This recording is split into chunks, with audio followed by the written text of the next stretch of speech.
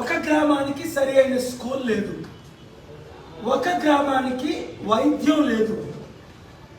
వీళ్ళు ప్రెస్ మీట్లు చూస్తుంటే, బిల్ బోర్డులు చూస్తుంటే మేము ఎంత అభివృద్ధి చేశామని 10 సంవత్సరాల బీఆర్ఎస్ పార్టీ, ఇప్పుడు మేము కాంగ్రెస్ వాళ్ళు వచ్చి సంపూర్ణ అభివృద్ధి చేసేసామని రేవంత్ రెడ్డి పచ్చి అబద్ధాలు మాట్లాడుతున్నాడు. రైతుల ఆత్మహత్యలు ఎక్కువైపోయాయి, నిరుద్యోగ సమస్య ఎక్కువైపోయింది, గ్రామాభివృద్ధి ఏమీ లేదు.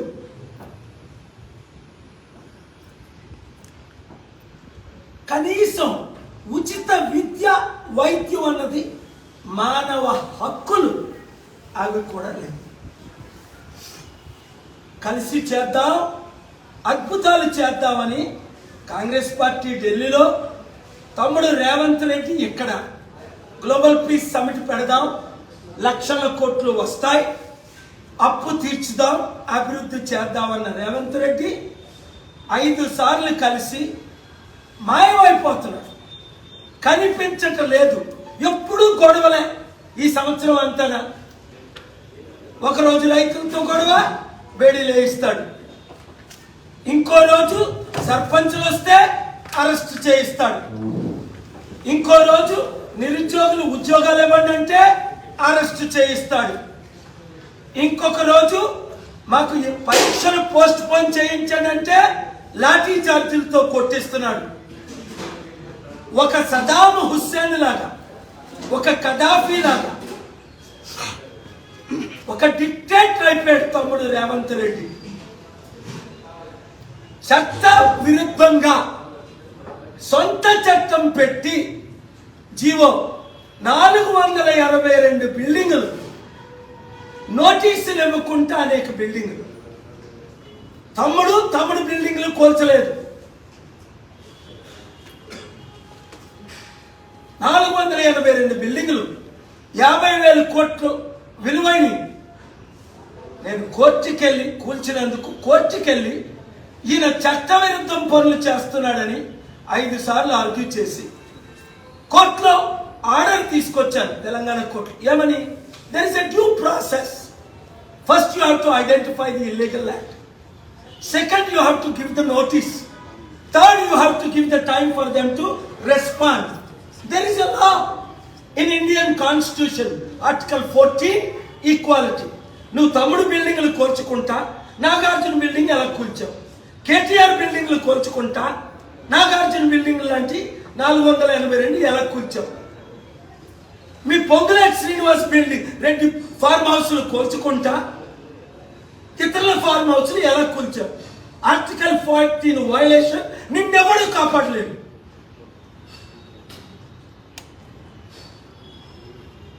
ఎవడు? పైన దేవుడు, కిందని కేఎఫ్ఆర్, సెంట్రల్లో గవర్నమెంట్.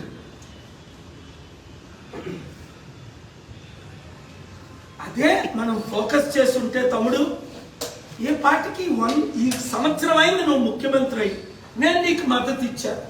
బాబు మోహన్ వరంగల్లో ఎంపీగా ప్రజాశాంతి పార్టీ తరఫున పోటీ చేస్తానని, ఐఏఎస్ ఐపీఎస్లు 17 మంది పెద్ద లీడర్స్, ప్రొఫెసర్స్ వస్తే ఒక్కరిని కూడా నిలబెట్టుకుంటా కాంగ్రెస్కి మద్దతు ఇచ్చాను. ఎందుకు? డిసెంబర్ 3, డిసెంబర్ 13, జనవరి 29, ఫిబ్రవరి 10, 4 సార్లు నువ్వు మాటిచ్చావు. సమిట్లు పెడదాం, లక్షల కోట్లు తీసుకొద్దాం, నిరుద్యోగ సమస్య నిర్మూలన చేద్దాం, ముఖ్యంగా గ్రామాభివృద్ధి చేద్దాం. ఎందుకంటే నేను పల్లెటూరులో, విశాఖపట్నం దగ్గర చిట్టువలస పల్లెటూరులో పుట్టా. కేసీఆర్ తాతలు, మా తాతలు విజయనగరం దగ్గర సారిపిల్లి, బొబ్బులి. కేసీఆర్ గ్రామాలను మర్చిపోయాడని, కేటీఆర్ ఐటీ అన్నాడని, సర్పంచులందరూ బిల్లులు పే చేయలేదని 5 లక్షల నుంచి 50 లక్షల రూపాయలు సర్పంచులు అప్పులు చేసుకొని 100 మంది సర్పంచులు నన్ను కలిసే 200-300 తక్కువైతే హరిహర కళాభవన్లో మీటింగ్ పెడితే 100 మంది సర్పంచులు లీడర్స్ వచ్చారు. వాళ్ళు మీకేమో లక్షల కోట్లు, వాళ్ళకేమో లక్షల అప్పులు. వాళ్ళకు కూడా బుద్ధి లేదు, సర్పంచులకు కూడా బుద్ధి లేదు. అప్పుడు కేసీఆర్ వద్దు, ఇప్పుడు రేవంత్ కావాలన్నాడు. ఇప్పుడు రేవంత్ వద్దు, మళ్ళీ కేసీఆర్ కావాలంటాడు. ఒరే బుద్ధి లేని, మతి లేని, స్థిమితం లేని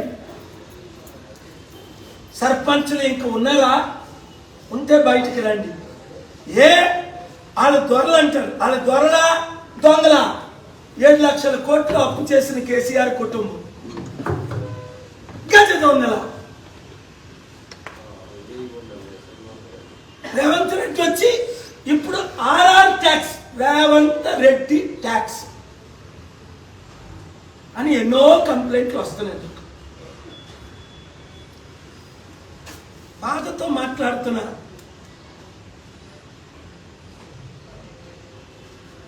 ఇలా మాట్లాడుతుంటే ప్రెస్ మీట్లు ఆపాడు రాజశేఖర్.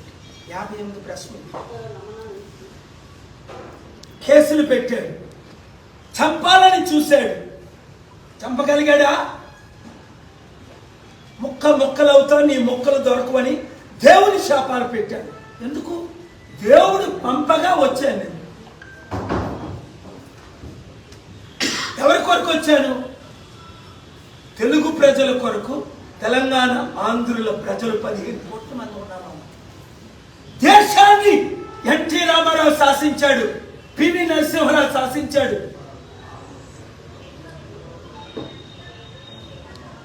ఎన్టీ రామారావు ఒంటరి పోరాటం పోరాడి 202 సీట్లు గెలిచి బీసీ ఎస్సీ ఎస్టీలు కలుపుకొని తెలుగుదేశాన్ని స్థాపిస్తే చంద్రబాబు నాయుడు మాలామాదిగల్ని ఎడగొట్టి, బీసీని ఎడగొట్టి, మాలను మోసం చేసి లక్షల కోట్లు సంపాదించి రాజకీయం చేస్తున్నాడు. యథా గురు తథా శిష్య అని ఆ రూట్లో వెళ్ళదు తమ్ముడు రేవంత్ రెడ్డి. దేవుడు నిన్ను దీవించాలంటే, రాష్ట్రాన్ని అభివృద్ధి చేయాలంటే, గ్రామాల్ని అభివృద్ధి చేయాలంటే, నిరుద్యోగులకు ఉద్యోగాలు ఇవ్వాలంటే, కంపెనీలు పెట్టాలి అంటే, మంచి చేయాలి అంటే డబ్బు కావాలి. డబ్బు కావాలంటే డబ్బు తెచ్చినాడు ఒకడే ఉన్నాడు ఈ దేశంలో. అందుకే మోదీ గవర్నమెంట్ వాడుకుంటున్నాడు. అమిత్ షా, రూపాల, రాజ్నాథ్ సింగ్, నితిన్ గడ్కరీ వాడుకుంటున్నారు. మా దేశానికి డబ్బులు ఇప్పించండి. రేవంత్ రెడ్డి నీ నోట్లో నుంచి నువ్వే కదా పలికావు డిసెంబర్ 3ని, సార్ పరేడ్ గ్రౌండ్స్ లో మీటింగ్ పెడదాం, అద్భుతంగా ఇన్వెస్ట్మెంట్స్ తీసుకుందాం. పక్కన పొంగులేటి శ్రీనివాసరెడ్డి, ఉత్తమ్ కుమార్ రెడ్డి పెద్దలందరూ ఉంటుండగా నువ్వే కదా నన్ను అప్రోచ్ అయ్యావు. వెంటనే నేను పొంగిపోయి అక్కడ పొంగులేటి, కోమటిరెడ్డి, ఉత్తమ్ కుమార్ రెడ్డి, భట్టి విక్రమార్క పోటీలో ఉంటే సీఎం పదవికి రాహుల్ గాంధీతో యుద్ధం చేసి రేవంత్ రెడ్డి ముఖ్యమంత్రి అయితే బాగుంటుందని నా పాత్ర నేను వహించాను. నీకు తెలుసు కదా. ఒక్క ఎంపీని 17 మందిలో నిలబడుకుంటా నీకు మద్దతు ఇచ్చాను కదా. నీ చుట్టూ ఎవరైనా వచ్చి కుట్ర పంచితే గుండె గీసేస్తానని పేర్లతో సహాల్ని నువ్వు పిలిస్తే మీడియాలో చెప్పాను, సెక్రటరియట్లో చెప్పాను, అసెంబ్లీకి లైఫ్లో రాను. నిన్ను కలవడానికి నువ్వు పిలిస్తే అసెంబ్లీకి రాలేదా ఫిబ్రవరి 10ని? నీకు నేను ఎంత మద్దతు ఇస్తే నన్ను వాడుకొని వదిలేస్తావా?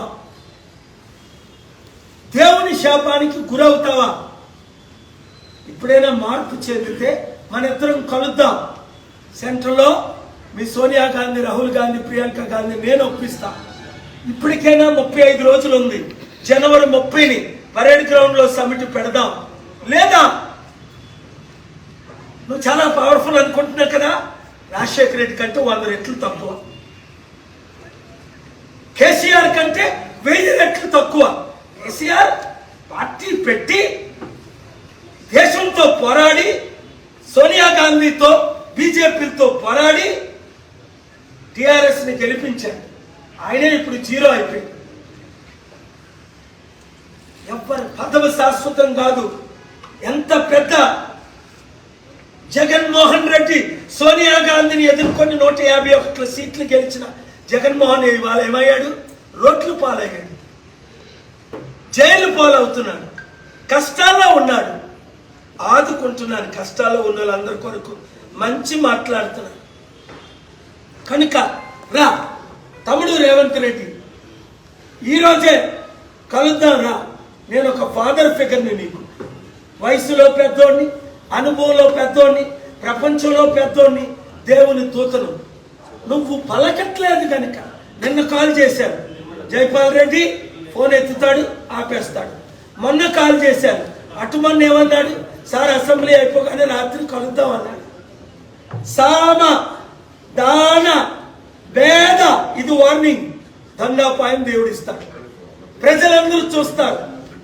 అది ఎలాంటి దండాపాయమో రాజశేఖర రెడ్డికి ఒక విధంగా తెలిసింది, పవర్ పోయి కేసీఆర్కి తెలిసింది, నేను కలవను అని నన్ను తిరిగి పంపించేసిన జగన్మోహన్ రెడ్డికి తెలిసింది.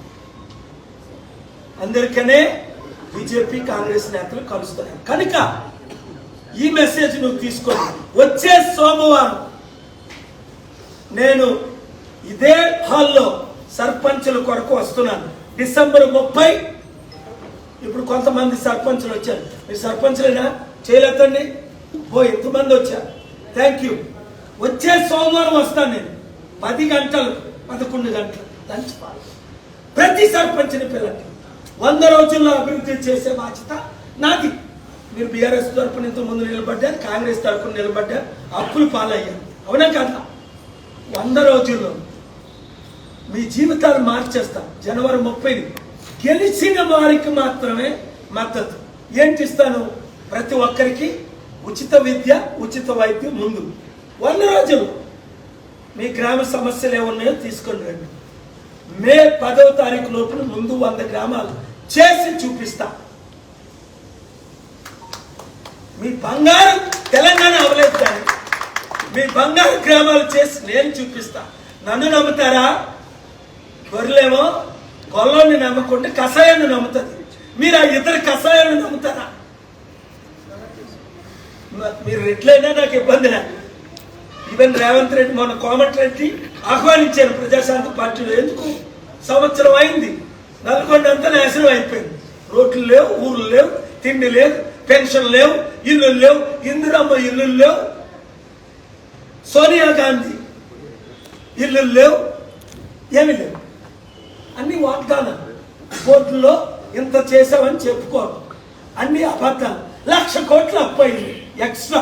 రేవంత్ రెడ్డి వచ్చి మేమేం తీర్చుతాడు? ఇంకో సంవత్సరం ఉంటే ఇంకో జమిలీ ఎలక్షన్స్ వస్తున్నాయి 1-2 ఇయర్స్లో. గ్రామ అభివృద్ధి చేసి చూపిస్తా. ఆ తర్వాత ప్రతి గ్రామంలో మీ గ్రామ వెలుగుతుంది. మీరు వెళ్ళండి, ప్రతి గ్రామానికి వెళ్ళండి. మీడియా మిత్రులు ప్రతి ఒక్కరికి ఇదే పుట్టినోడు. వచ్చే సోమవారం హెడ్లైన్ డిసెంబర్ 30న నిజామాబాద్ విందు భోజన హోటల్లో నిజామాబాద్ సర్పంచుల సదస్సు సమితి మీటింగ్ అదో పెట్టండి. ఉదయం 10 నుండి 12 వరకు లంచ్ ఫాలోస్. కండువా కప్పుకోండి, 10 రూపాయలు కట్టండి, మీరు నిలబడండి, నా ఫోటో వేసుకోండి. మీ ఊర్లో అడగండి నా పాపులారిటీ ఏంటో. రేవంత్ రెడ్డి కావాలా, కేటీఆర్ కావాలా, కేఎఫ్ వాళ్ళు కావాలా అని అడగండి. వాళ్ళే చెప్తారు. నిరుద్యోగులందరినీ కలిపేయండి. మీరు రాజులు అవ్వండి. ఆ దొంగలు ఎందుకు చేస్తారో? దొంగల మాటలు నమ్మినోడు బుద్ధి లేని వాళ్ళు నమ్ముతారు. ఆడు తప్పితే ఈడు తప్పితే ఆడు. 75 సంవత్సరాలు మనం లేలుతున్నాం. 60% ఉన్న బీసీలు, ఎస్సీ ఎస్టీలు మనం 90% ఉన్నాం. చెప్పులు అట్టుకొని అనుకుంటున్నాం. ఆర్ కృష్ణ ఏమో బీజేపీ కమ్ముడు పోయాడు, మందకృష్ణ మాది బీజేపీ కమ్ముడు పోయాడు, తత్వాలందరూ కాంగ్రెస్ కమ్ముడు పోయారు. పెద్ద పెద్ద చెప్పులు కొని ఇస్తాను వాళ్ళకి, సిల్వర్ చెప్పులు. అడుక్కు తినమంటే బాగుంటుంది. మంత్రులు కావాల్సిన వాళ్ళు మీరు అడుక్కు తింటారేనా? కులాన్ని నమ్ముకొని యూత్ మిమ్మల్ని కొడతారు. కోపం వస్తే నిన్న అల్లు అర్జున్ని వాళ్ళు ముట్టరించలేదా? అది 25 కోట్లు డిమాండ్ చేస్తే తప్పేంటి? నీకు 300 కోట్లు ప్రాఫిట్ వచ్చిందే సినిమాలో, 600 కోట్లు, ఒక 25 కోట్లు ఇవ్వలేవా ఆ కుటుంబానికి?